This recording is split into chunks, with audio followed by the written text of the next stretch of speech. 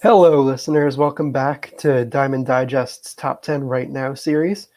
I'm your host, Sean Huff, and I'm here with James Darschewski today. And we are going to count down the top 10 shortstops as voted on by about 24 of the staff members, writers, editors, and researchers at Diamond Digest. How are you today, James? I'm good. Sean. Lockout's not over though, so Lockout's a not little over, bummed but about that. we've had 3-hour meetings 2 days in a row. Yeah, that's longer than most of the meetings this winter. Hopefully we get baseball at some point. But until then, we'll just have to talk about it and assign numbers to things. Yep. And that's what we're going to do today. So, like I said, this episode is going to be shortstops. And before we get into the list, I just wanted to ask you how your experience was making this top 10 list, what your view was on this group of players. This is the most talented group in baseball. Uh there were a lot of players who received votes, whether it was 1 or number 15. There were a lot of really good players on this list, and it's the most star-studded and it's the deepest position. So other than maybe pitcher, this is probably the best group of talented baseball players the majors has right now. Yeah, I'm right with you there. When I filled out my top 100 list for this season, 3 of these guys were in the top 10, 8 of them were in the top 50, 12 of them were in the top 100. The only positions with more guys in the top 100 were starting pitcher and third base.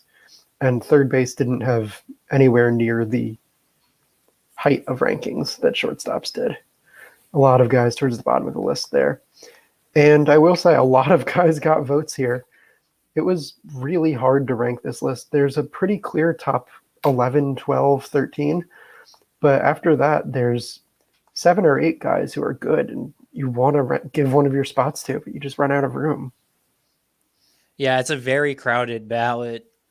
There's a lot of players who, if they weren't shortstops, they'd probably be top 10 at their position. Yeah, the best example of that would be an inverse here. The last episode we recorded and posted was second base. I don't know if any of you have listened to that, but Javi Baez made that top 10 pretty easily. Even we ranked him as a second baseman, even though he's going to be playing shortstop for the Tigers, because we had to decide positions before a lot of signings were made. And he made that list comfortably. If he was at this position, I think he ends up ranking about 13th. Yeah, he wouldn't be in my top 10 just because I'm worried about I'm just worried about the offense. He's an incredible base runner, very intelligent base runner. That's going to age well. The defense should be fine. It's just the bat. He doesn't walk. Yeah, Can't put very him at the top weird player 10. profile. But enough about the second baseman / shortstop who we've already talked about. We'll get into these guys. So we're going to start with 2 guys who received a huge amount of votes. They came in 11th and 12th at the position, respectively. I'm not going to say which one was in which slot. I'll just present them in alphabetical order. Just missing the top 10 for Diamond Digest are Willie Adames and Brandon Crawford. Now, Adames he's always been good, but he left Tampa, which is usually a bad sign, except it turned out he was one of those guys where hitting at the Trop is a curse, and he was great with the Brewers. He's going into his age 26 season. Last year, he had a 119 WRC+. That's weighted runs created, where 100 is league average. Every point above 100 is 1% better than league average. He had 4.1 Fangraphs WAR. The last 2 years, he actually has a 121 WRC+ and 5.6 Fangraphs WAR. However, his glove is terrible. He was -8 outs above average last season and -12 the last 2 years combined. And then there's Brandon Crawford, who's the old guy here. He's going into his age 35 season, and quite honestly, I thought he was washed. But last year, 139 WRC plus, 5.5 FWAR, 356 expected weighted on base average, and 15 outs above average. He received first place MVP votes last year. They were homer votes, but still, they were votes. Do you have any strong feelings about either of these guys? I know as a Giants fan, you might really detest, as a Dodgers fan, you might really detest Crawford or something. I mean, I didn't expect him to be the player he was in 2021. I mean, no one did. But it's hard for me to see him repeating that performance, just given the age and then the previous 2 years before 2021, where he had kind of just become a shell of peak Brandon Crawford. And then it's like he came back from the dead. It's some sort of weird zombie year after age 32, and it's The a great Giants had a lot of story. those. Yeah, I just don't feel comfortable putting him in the top 10 again. But that doesn't mean he isn't a great player. Again, he's a shortstop at a time where there's a lot of talented shortstops. If he's a second baseman, maybe he makes the top 10. Yeah, I agree with you. I had him 12th on my personal rankings. He still made my top 100 players, but couldn't quite crack the top 10 here. He was also 12 on my list. All right, we're going to get into the list now. At number 10, Bo Bichette of the Blue Jays. And Bichette is going into his age 24 season. He's one of the real young guys on this list, and there are a couple of them. He can really hit.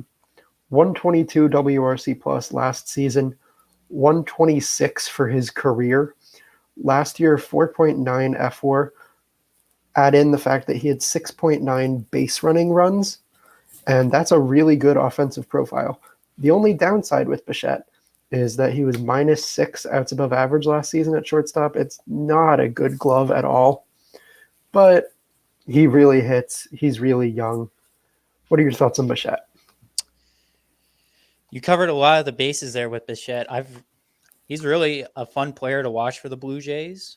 This was his first full season in the majors because I believe, yes, in the 2 seasons before, he only played 75 games, wasn't really around the team that much. So to have this type of production in your first full season in the majors, it's really impressive. The downside's obviously the glove, and that's a big deal, especially at shortstop, where you're going to want your best defenders at that position. But the Blue Jays seem willing to eat the loss there since the offensive production is so tantalizing. And he's only going to be 24 this upcoming season. So you can still believe he can be a better defender and will probably move up this list very soon. I hope so. This is about where I had him. I couldn't justify him going very high on this list, even though he is super young. In that there's a lot of good hitters on this list. There's a lot of more established hitters on this list, and there's a lot of guys with better gloves on this list. But he's still an excellent player. He's still going to be 24. He's going to hit. That's not a question. And he's an excellent base runner. We're going to go on to a player who was surprisingly polarizing when we made these top 10s. I'm sorry, White Sox fans. I know Diamond Digest is your go-to website. But number 9, Tim Anderson. Anderson had a great season last year. He was 28. He'll be 29 next season. And last year, he put up a 120 WRC plus. He had 6.1 base running runs. That's very good. And despite his reputation for being a butcher in the field, he was +3 outs above average at shortstop. In fact, he's been positive each of the last 3 seasons, according to outs above average. And his hitting isn't a fluke, despite the high BABIP. He has a 127 WRC plus over the past 3 years. The way he does it is weird. He doesn't walk, he swings at everything, and he runs a BABIP in the 370s, but he keeps doing it. And at this point, I don't think it's an aberration. Yeah, He has never had a walk rate above 5%. And in the last 3 years, where he's had, I would say, star to superstar caliber production, he's never topped 4.5% walk rate. Yet he's still been a very valuable player. He won the batting title in 2019 for whatever that's worth. In the modern day and age, it's like getting a gold star or something like from kindergarten. Congratulations, you had the highest batting average when we care about OPS and weighted runs Gets you a little created bit more plus. in your arbitration hearing. Yeah, here's an extra $1,000 because you hit Yeah. 335 instead of 305. But he can get on base mostly because he can hit, not because he can walk. Has a decent amount of power. Is fast, and he's exciting. So Very exciting player. On as much as I like to make fun of the White Sox fans here because our editor in chief is a White Sox fan, the White Sox are a fun team. yeah, my family, they're White Sox fans, so they all love Tim Anderson. Can't So blame them. Seems I've, like a genuinely cool guy. I mean, watching the White Sox last year, they were a fun team to watch. And they're going to continue to be a So fun team. yeah, and Tim Anderson he was part of the reason behind that. Yeah. And it was very interesting to me to see that the glove is actually good because I've known his reputation has been as a bad fielder for a while. And no, he's just solidly above average every season according to StatCast. Maybe those defensive metrics are less mainstream. I didn't check the more standard DRS or UZR, but maybe it hurts him that the White Sox don't shift in those numbers. But according to StatCast, he's good.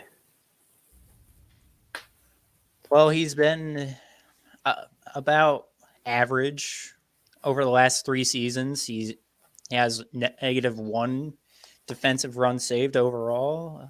That's just kind of average. UZR doesn't like him. He's firmly in the negatives, but defensive metrics, it's hard because it's kind of just Yeah. like a all you can eat buffet. You kind of just choose what's the most appetizing to you. Yes. So if you're trying to defend Anderson as a good defender, you use outs above average. If you want to say he's a bad defender, you can use UZR, and it's all right because defensive metrics just aren't as reliable as we want them to be. Yeah, they're a very nebulous black box. Hopefully, outs above average will end up being the defining defensive metric, but it still needs some tweaks. And now we're going to move on to someone who gets most of his value these days from defense. Number 8. This was a hard one to do. Francisco Lindor. Lindor, well, we all know what happened. Lindor, in his age 27 season, played for the Mets for the first time. He got away from Cleveland. It was a blockbuster trade. He signed a huge extension, and he didn't hit. That's not to say he didn't hit at all. He had a 103 WRC plus for the season. That's above average. But that's well below what you expect from a player of Lindor's caliber. He had 2.7 F4 total for the season. That's fine. Reasonable starting major league player. Again, it's not what we've come to expect from Lindor, who was once considered one of the generational talents. He did, however, perform monstrously in the field. Positive 20 outs above average. I believe that was second in MLB. And he turned the bat around a little bit. In the second half, he had a 118 WRC plus. Still, definite down year for him.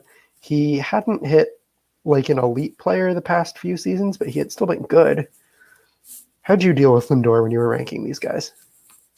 It was tough because I wrote about Lindor's struggles. That was one of my first articles with Diamond Digest.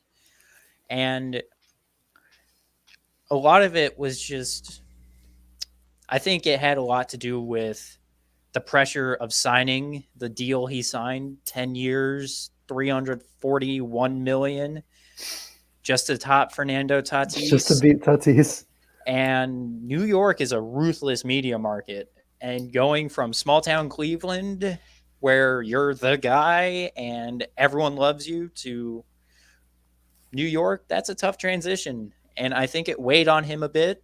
I think that's part of the reason why he did what he did towards the New York faithful. But he is a very talented player. It's just the last 3 years, his offense has been declining. He had a WRC plus of 118 in 2019, then 104 during the pandemic season, and then 103 this last season. And as much as I want to write off the pandemic season for many players, seeing him post a WRC plus that's slightly above league average, it's concerning if you're paying him the amount of money you're going to be paying him, because 2022, if I'm correct, is the first year of his extension. I believe that's correct. Now, the good thing with Lindor is he has a very high floor. He's probably the premier defensive shortstop right now. It's between him and Nick Ahmed. And Nick Ahmed is atrocious at the plate. So Lindor's the guy. So if he does just hit around league average, okay, that's still a good player. That's a good quality starting major league player. But we've seen Lindor be an MVP candidate. I'm curious, has his walk rate declined at all? It seems like you have Fangraphs open.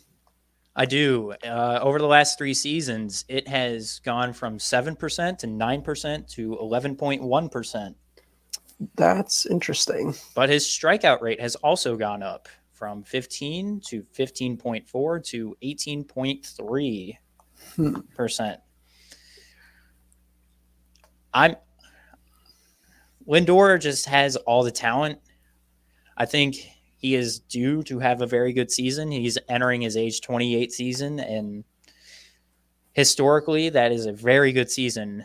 That's the prime. For players, especially when you are as athletic as Lindor is. Yes. So, yeah. And I know we've disparaged him. I love Francisco Lindor. I think he's a great player to watch. I hope he really turns it around, but he makes me nervous at this point, especially with the ball being dejuiced. He's a littler guy. He doesn't look like he should have 40 home run power, yet he had 40 home run power. Now the ball doesn't go as far, and he doesn't have 40 home run power. Yeah, I think if you can get 20 to 25 home runs from him and like a 115 WRC plus with excellent defense. Yeah, that's a 4-win player at least. That's a 5-win player just because of the value that having a great defensive shortstop can bring you. You're not worried if you're the Mets, especially with Steve Cohen just opening the checkbook for whoever wants to play for the Mets. Yes. So, yeah. If Lindor can get back into the 115, 120 range, he's probably in this top 5 next year. If he stays right around league average, he might be 12th or 13th next year. We're going to have to see. And now at 7, someone who had a quieter decline in 2021, but a decline nonetheless, Trevor Story, currently of no team. Story is going into his age 29 season, and in 2021, he was not great. Exactly 100 WRC plus, 3.5 F4, which is still pretty good. I don't know how he arrived at that number, however, because he was bad on defense, at least according to StatCast, where he had -7 outs above average. He did still manage to hit 24 home runs, but cores.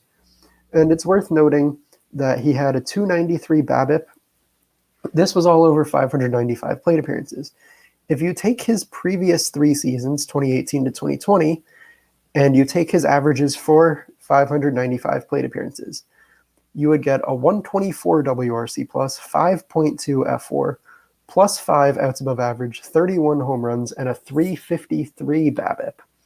So are we chalking Story's struggles up to bad luck? Do we think he was playing through injury since the defense declined too? Do we think going away from cores is going to make him not be an elite hitter anymore? or presumably going away from Coors I hope he goes away from Coors. It for has his nothing to sake. do with me cheering for the Dodgers.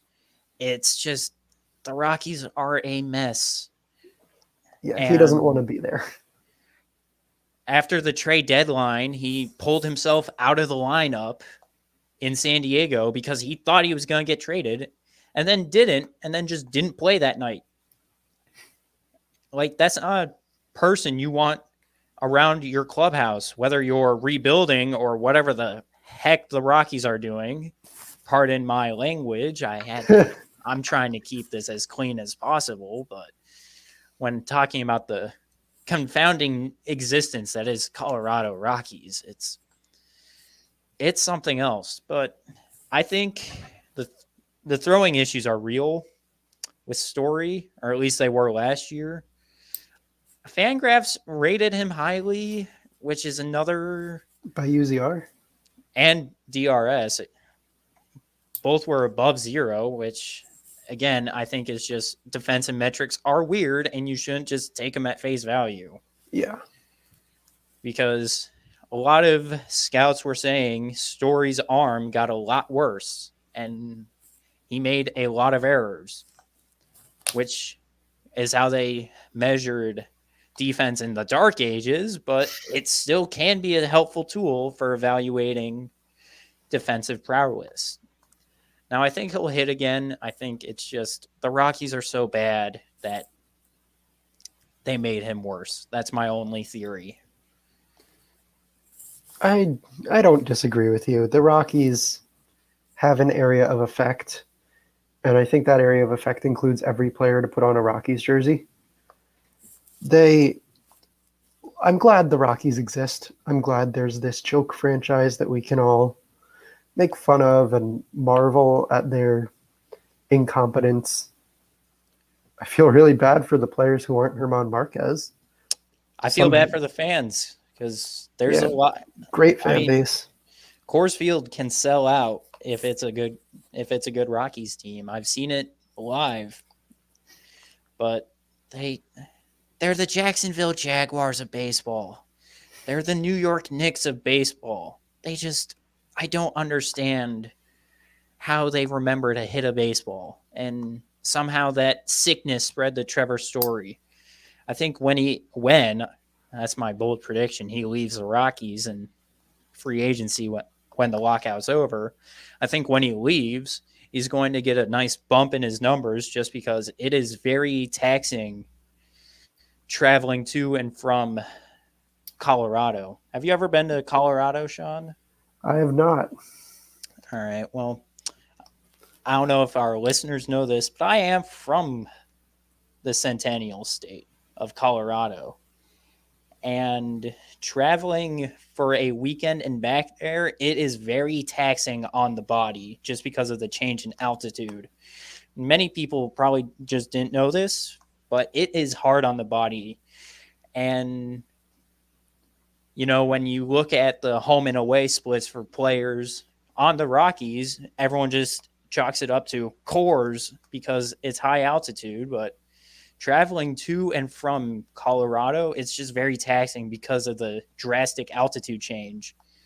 And you have to adjust to hitting in Arizona or Los Angeles or San Diego or San Francisco, where it's not as high up. The air isn't as dry.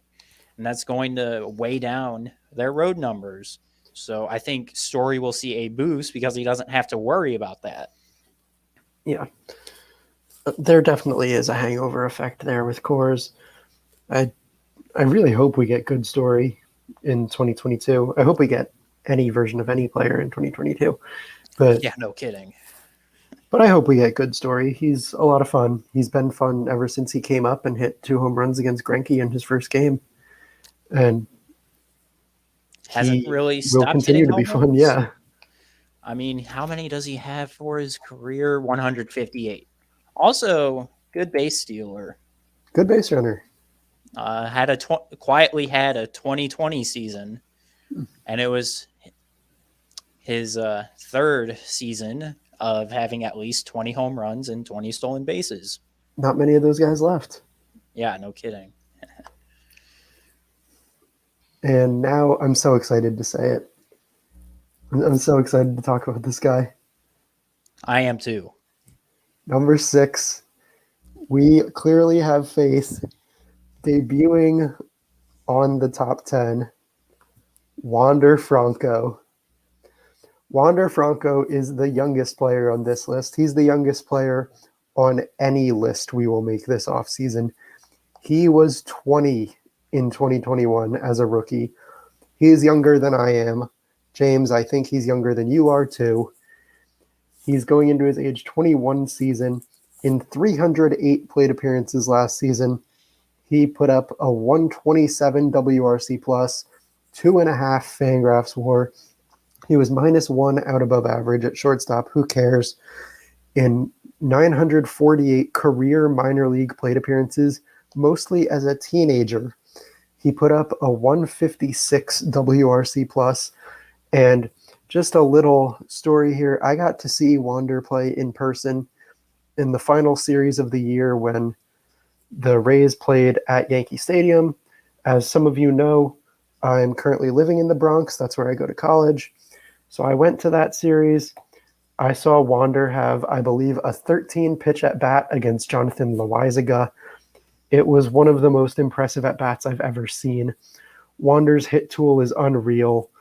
I don't care if he's a slightly below average fielder. He's going to hit. He's going to get on base. He's going to have power. And he's going to be really good for the next decade and a half. There's so much to talk about with Wander Franco. I don't even know where to begin. I had him at number 5. I did too. List. I am all in. I remember when he made his debut, I was at a training at my work, and on the drive back, the game had started. And I have the game on the radio, and then I go home and I turn the TV on, and I'm just glued to this 20-year-old who's like 9 months older than me, which is also kind of weird to think about, but he's so electric. He makes the Rays worth watching in their dumpy ballpark. The Rays. Yeah. I mean, and he's going to be in Tampa Bay for a long time, ideally. Maybe. Which, I mean, he did sign the Evan Longoria type extension. He did. The Rays will trade him halfway through. But well, Evan Longoria also had a decline. True. And Wander doesn't have to. He plays a premium defensive position. Yeah. With an elite hit tool. He'll be like early 30s when that ends, I think. Yeah. No, it's ridiculous how good he is. All the tools are there. He very well could be number 1 on this list by this time next year. It would not surprise me. I remember also the day he debuted, I was in the Outer Banks with my partner and her family, and there was a hurricane going on, so we could not get internet. So the only update I could get on Wander's debut was a Mike Petriello tweet that read, and I quote, "That was the most exciting walk I've ever seen." And I think that sums up Wander pretty well. He's got this great hit tool, but he also just commands the strike zone. At every level he's ever played, he had more walks than strikeouts. Unbelievable talent. Like I said, literally younger than me. He's also should have been should have been the rookie of the year. Oh, if he plays 10 more games, he's the rookie of the year easily. Randy Arozarena, I looked this up before we taped this, in double the games was just under a win more valuable than Wander Franco, despite playing double the games. Yeah, and Arozarena's a good player, but Wander's generational. I mean, his eye is beyond his years. He had the 40 game on base streak and is being mentioned in sentences with Ted Williams at the age of 20. It's just amazing. Just an absurd player. I'm so excited to keep watching him. Yeah, I could gush on about Wander Franco a I lot could too. longer. We could make this a whole episode if we want to. Yeah. I think Fangraphs did that when they gave Wander the 80 future value. Well, maybe They we'll have to did. do a special bonus episode on Wander Franco at some point. Yeah, no, I mean, there's a lot to like with him. So So much. Well, Wander's the exciting guy on this list. We're going to move on to one of the stalwarts, someone who's been on this list since I remember first making one. Number 5, Xander Bogaerts. Bogaerts didn't have his best year in 2021, but it was a pretty typical year for him. It was his age 28 season. He'll be 29 next year. 130 WRC plus, 5.2 F4 in 603 plate appearances. Now, he's an atrocious fielder, -9 according to outs above average. He's always very bad no matter what the fielding metric you use. So it would be logical to wonder why a guy who just hits year in and year out and is relatively young, like I said, he's only going to be 29, is down this far on the list. And to me, it's a combination of this is a great, talented group of players. And he didn't hit at all in the second half last year. He put up a 105 WRC plus in the second half. And that has me concerned. His exit velocity also went down in the second half. I am a little worried about his offense. And if his offense slips to non-elite levels, well, the glove is terrible and he shouldn't be on the top 10 at all. yeah, I had him lower than number 5 on my list. I believe my top 10 or however many players will be revealed at the end of the episode. So I can explain more then, but his fielding is why I ranked him as low as I did. But the offense is there. He's a great hitter. He's done it in the postseason as well, which is very important if you're on the Boston Red Sox, where you're probably going to be in the postseason and will get a lot of negative press if you don't do anything there in the postseason. So Yeah. He's a good player. He puts up the same season every year pretty much. My only cool Xander Bogaerts fact is that he played for the Netherlands in the WBC, which is awesome. That's always a fun team to watch every 4 years. because they get all the players from Curacao, isn't it? Like I think Kenley Exactly. Jansen Kenley Jansen for played for them. Kenley Jansen caught for them. I think Andrelton Simmons played for them.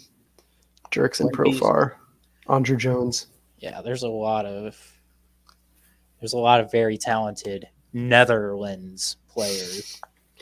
Yeah, I really don't have much to say about Bogaerts. He's consistent. He hits. He can't field. We all know about him by this point. There's nothing new to say, really. Consistency is nice, and that's what you're going to get with Bogaerts. Yeah. Is it boring? I don't know. Red Sox fans don't seem to care. Yeah, Red Sox fans love him. Now, do you want to take the next one? I know you're excited. Oh, yeah. I'll take the next one. My former favorite shortstop, Corey Seager, coming in at number 4. I ranked him number 2, and most of that was because I wanted him to come back to the Dodgers. I hope he does well in Texas. I think he will do great. But if I had to re-rank this, he would probably be lower just because that was a bit of a homer pick. I wanted him to come back to the Dodgers. I don't really want my rose-colored glasses to impede any analysis on him, so I'll let you take the mic for a bit, Sean. All right. Well, in fairness to you, Seager is an excellent hitter. He was 28 in 20. Sorry, he will be 28 in 2022.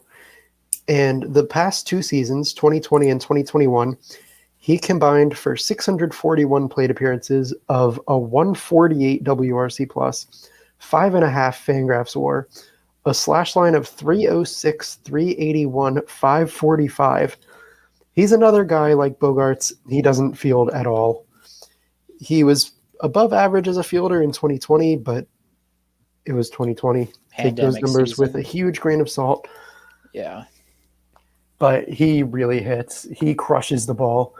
He is one of the most consistent hard contact rate guys in the majors.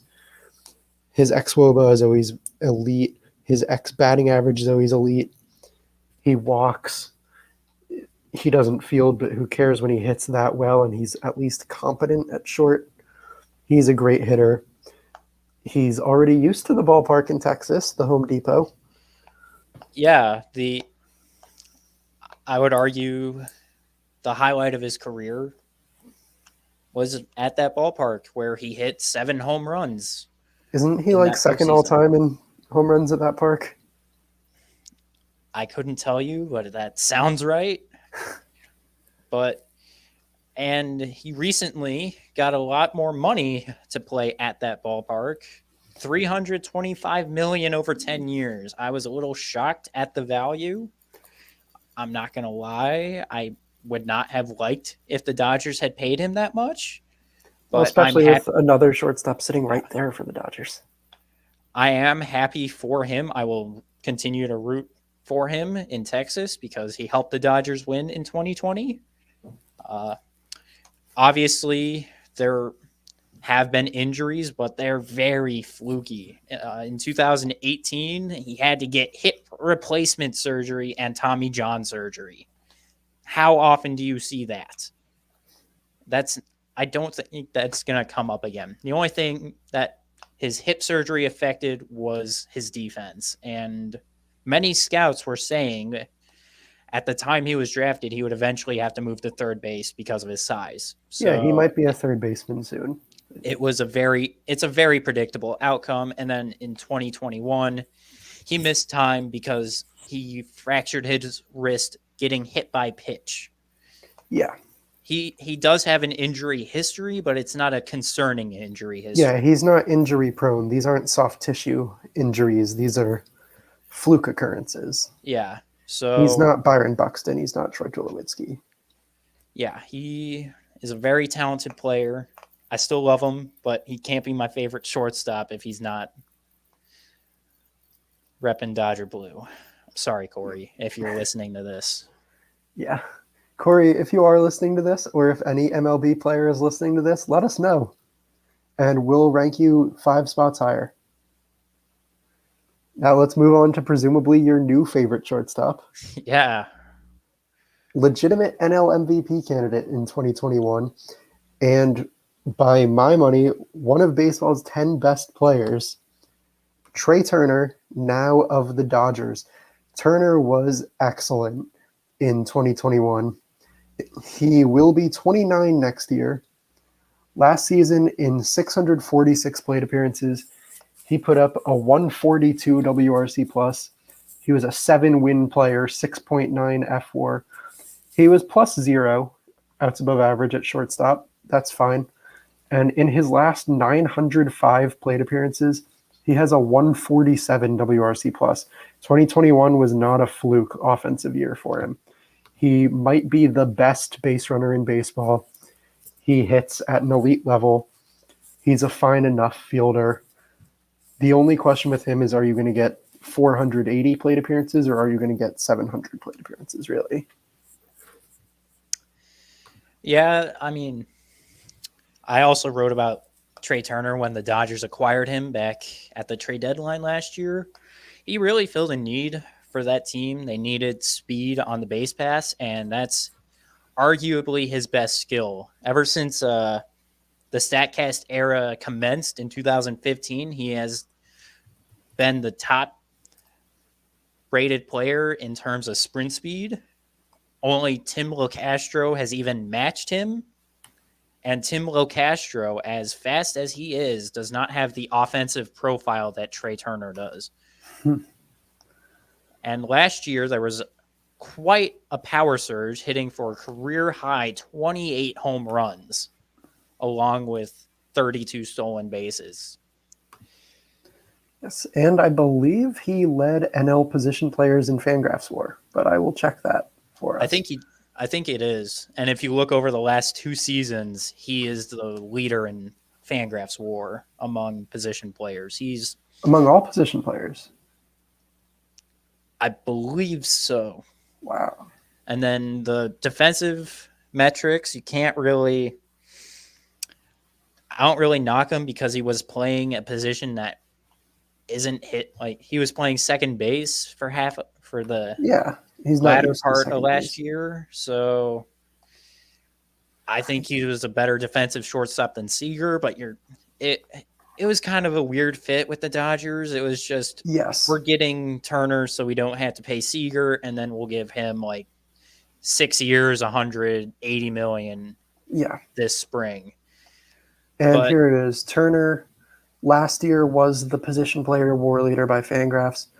Past 2 seasons, he's second to Jose Ramirez. so tops in the National League, Yes. which is very impressive. Yeah, it was. I expect great things from him in 2021. I do too. So, only reason I had him ranked 4 was because I think 2 of the 3 were better, and the other one was a homer pick. Yeah. And let's get to those 2 guys that are better. Because at number 2, and I'm going to say right now, when we voted on this, up until the time that I voted, which I always did my votes last this year, these 2 at 1 and 2 were tied for number 1, according to our staff here. And I broke the tie and decided which one was 1 and which one was 2. But clearly we have high opinions of these players as players. I'll give that caveat. Number 2, Carlos Correa, hopefully soon a Miami Marlin. Right now, no team. Correa had a great season in 2021. He has finally shed the injury-prone label, putting up full seasons in the past 2 years. Well, as full of a season as you could in 2020. 640 plate appearances in 2021. 134 WRC plus, 5.8 F4, plus 12 outs above average. He's going into his age 27 season. He's probably going to get $350 million from someone. He's very young and he's a great player. And hopefully it's not the Yankees, even though that would be entertaining to watch. Correa is a great player. It was really hard to decide between these top 3 even. Turner's a great player. I can completely understand why a lot of people put Correa at number 1 on their list. I know you probably don't like Correa as a person, but as a player, there's a lot to like. 5-tool player. Best infield at least arm I've ever 4-tool seen. player. I don't know if he has the speed, but Yeah. I don't watch many Astros games, so please let me know if I'm wrong. I will check his sprint speed for you. Because I know he doesn't have many stolen bases. No, but that could be an injury thing. Yeah, I don't know how fast Carlos Correa is, but the other 4 traits are excellent. He can hit for power. He just won the Platinum Glove as the best defender, and the metrics back it up. I believe he led the majors in outs above average. He led shortstops, or at least shortstops, but yeah, he led like regular shortstops. Yeah, I think Lindor and Ahmed beat him out. Well, excellent defender, excellent hitter who can hit for contact and power. I told one of my friends 270 is the new 300. Hit 279. He can walk a lot. There's a lot to like with Correa as a ball player. And he is 48th percentile in sprint speed. Average. Yeah. So he's a great overall player. There's obviously the stench of the sign stealing scandal. I think that's just always going to follow him as a player. Yeah, probably. people don't forget. I mean, heck, Joe Jackson still isn't in the Hall of Fame 100 years later. Pete Yeah. Rose is not in the Hall of Fame, Yeah, Joe you Jackson know? really should be in. And I have a feeling we're going to have this discussion with a bunch of steroid era players 50 years from now. Baseball Yep. fans, don't forget your transgressions. But if he wanted to prove that he didn't need the sign stealing from Then 2017, he yeah, definitely then he did it did a this great year. job of it.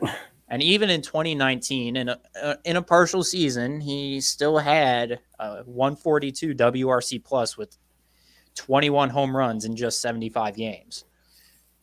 Yeah. The talent is clearly there, and whoever signs him will be very fortunate to have a player of that caliber, probably for the next decade plus.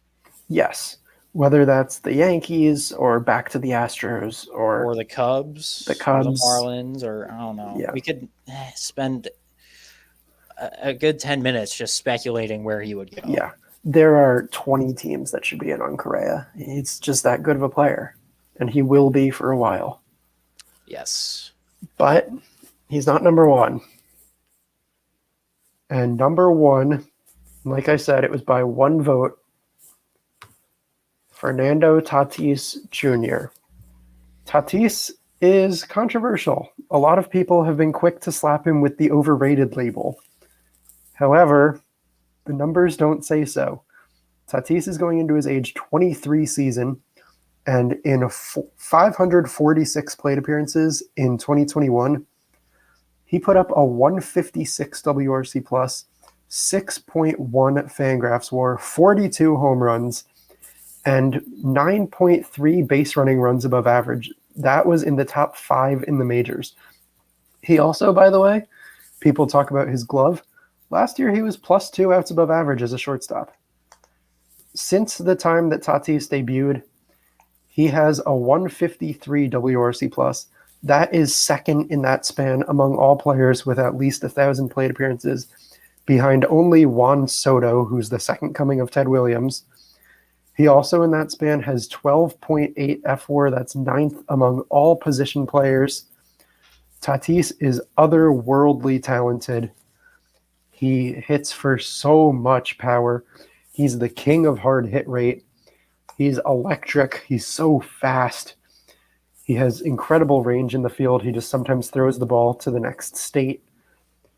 I love watching Tatis play. He is so talented. Great player. Yeah, 5-tool player. I've thrown that around a lot. But,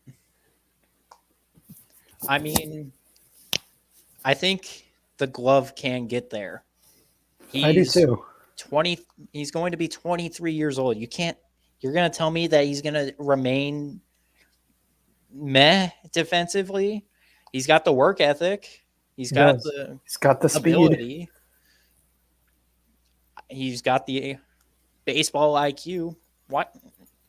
It's very clear why he is the number one shortstop. I would, if I were making my top 100 list right now, he'd easily be in my top 5. Yeah, I had him 4th. Yeah, have I made my top 100 list? Next question. But overall, his lowest WRC plus in a season is 150. It's 150. That's his worst season as a hitter. He's still 50% better than the average major league hitter.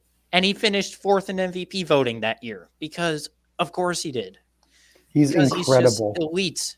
Now, he's a Dodger killer, too, and everyone's going to love that about him. So, I mean, personally, I don't care. I mean, someone's got to do it, I guess, right? There's just that random player who's really good against that one team. Plus, everyone hates the Dodgers. Go ahead. As for the overrated part, people are just haters. Yeah. I mean, it's fun to call him that if you're a troll, but he was on the cover of MLB The Show. Yeah. Which is pretty impressive to do in general. And he did it at the age of 21 or 22 out, or 22, I think.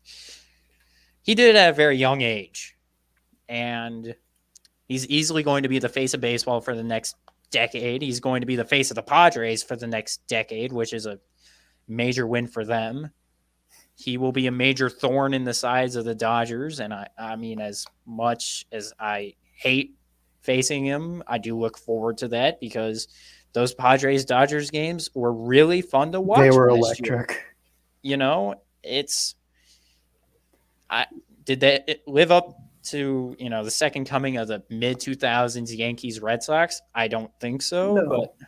I think part of that was the Dodgers, like their main rival is the Giants, and the Giants' main Yes. rival is the Dodgers. It's tough for the Padres to break into that category of rivalry when they aren't the Dodgers' main rival. Now, if they Yes. were the Giant, if you were a Giant, it would probably be that type of rivalry. But it's Absolutely. probably going to be the closest we get to that type of hatred for, and it's kind of one sided just because everyone hates the Dodgers. It's fine. I don't care. Let them hate the bad guys. Tatis is fun enough. I think every story needs a villain. I'm fine with the Dodgers being the villain if Tatis can be the good guy, because every rivalry needs the hero, and I think he's going to be the hero of this rivalry, which isn't going to be fun for Dodgers fans, but he's so freaking talented. It's like I'm talking years and years down the line because he's He's so so good. young and he's so good. He's so good. He's so All he needs to do is energetic. stay healthy. I mean, he has that's my only concern with him, and that's why he was not my number one player. So Yeah, I and look that's a fair forward concern. I look forward to playing against him. I hope Dodgers pitchers can figure him out because he's a Dodger killer. As much as you were saying in the last episode, people like to hate on the Padres. It's hard to hate on Fernando Tatis, especially if he does what he does against a team they probably hate more. Yes. So now we get to do the fun part. I'm going to put our lists up on screen, and I will read them off for people who are just listening to this and not watching it. To recap, the overall Diamond Digest list was 1. Fernando Tatis, 2. Carlos Correa, 3. Trey Turner, 4. Corey Seager, 5. Xander Bogaerts, 6. Wander Franco, 7. Trevor Story, 8. Francisco Lindor, 9. Tim Anderson, and 10. Bo Bichette. My personal list, I'm in lockstep on who the players are, and I agree on the top 4. Tatis, Correa, Turner, Seager, then Franco 5, Bogaerts 6, Anderson 7, Lindor 8, Bichette 9, and Story 10. James, do you want to read your list off here? Yeah. So I had Correa as the number 1, Seager is the number 2 for homer reasons. I'm worried I've been a bit of a homer and I've been focused on the Dodgers too much this episode, but It's easy to focus on them. They're a great team. I've had nothing to talk about this postseason or winter. God, it's been so long since I've been able to talk about baseball. Yep. Sorry for the sidetrack. Tatis was 3, Turner 4, Franco, as I stated previously, was 5. Trevor Story was my number 6 player.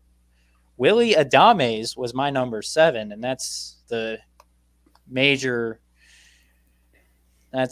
surprise Yeah, we we'll talk alluded to about at the that. beginning. Xander Bogaerts was 8. Tim Anderson was 9. Lindor was 10. So, okay. I like Adames. I think he's a good player. How did you put him over? He's not a good fielder, and he's not as good of a hitter as Bogaerts. How did you put him over Bogaerts? How did you put him over Anderson? I'm a believer in his ability to get better defensively in Milwaukee, and watching him hit with the Brewers this season, he was just phenomenal. So that was the main thing. He's younger. He still has room to grow as a player, and he hit a career high 25 home runs and walked at a career best. So this is more of a gambler's pick than anything else, but I love Willie Adames and his game. And I think getting out of Tampa Bay was the best thing possible for him and for the Rays because his replacement is already above him on this list. Yeah. And I think that had something to do with it. And he needed to get out of that cursed stadium. Well, everyone needs to, but that's it. That's for a different day. But I think that sapped into some of his production early in the 2021 season was here because ball players can easily say, "Oh, it doesn't bother me." This stuff does bother them. They're human. And knowing that the number one prospect in baseball is in your system, and oh yeah, you play for the cost-cutting Rays, so you know that you have to be at your very best the entire year, or else they will replace you. That's got to be stressful. And once he got to Milwaukee, he was playing more relaxed, and as a result, he was just so much better as a hitter. So He was legitimately excellent once he got to the Brewers. it was mostly just looking at Adames as a Brewer and not as a Brewer and a Ray in 2021. And I think that production will continue just because he's entering his age 26 season. There's a lot to like about him as a young shortstop. And I think not having Wander Franco just looking up at him in the depth chart is going to be very helpful for Adames this season as he prepares for his first full season with the Brewers. Yeah, if he repeats what he did as a Brewer last year, then he's definitely in this top 10. I couldn't quite pull the trigger on it now, but I do get your point. It was a value play as much as it was a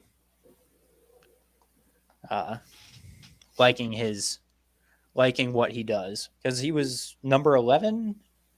He had just missed the list, so it wasn't. He just missed. It's not like I'm putting Edmundo Sosa in the top 10. No offense to Edmundo Sosa. I just don't think you're a top 10 shortstop. Yeah. And before we finish up here, I just wanted to mention a couple guys who also play this position and are good, who we didn't get to talk about.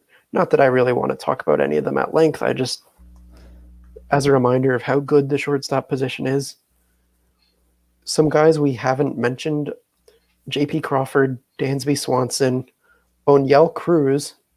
Oniel Cruz got top 10 votes, by the way. Nick Ahmed, we mentioned, he got some votes. Isaiah Kiner-Falefa. Nick Allen got some votes. There are a lot of really talented shortstops. And Drelton Simmons is still around. There's a lot of great shortstops around right now. I probably forgot some. There's Ahmed Rosario. Just a lot of great players. Yeah. The only thing I can say is Oniel Cruz probably isn't going to be a top 10 shortstop just because he's going to be an outfielder, I guess. But he's still a very talented player. Yeah, he's going to rake. It's just he's giant, and that usually doesn't play. You know, we're bemoaning Corey Seager for his defensive abilities, and a lot of people were very surprised at Carlos Correa for having the defensive season that he did, just because he's also a very tall shortstop. Yeah, he's a big guy. It just isn't how tall players just don't typically do as well at shortstop. Yeah. But that's okay, because shortstop isn't the only position. And if you can hit at shortstop, especially if you're the Pittsburgh Pirates, hey, we'll let you play there. Yeah, hopefully we see Cruz on one of these lists next year. I think he has the potential to be on one of these lists next year. I do too. But that'll be a wrap for this episode. You were listening to the top 10 right now from Diamond Digest. If you're watching this episode, you can see the links to our websites and socials scrolling across the bottom of the screen. If not, I'll read them off to you. You can find us and all of our writing at diamond-digest.com. You can find us on Twitter at diamond_digest or on Instagram at diamond.digest. For James, I was your host, Sean Huff, and you were listening to the Top 10 Shortstops right now. Hope you enjoyed, and before you criticize us, please remember to make your own lists. I will talk to you all next time an episode comes out. Good night, everybody.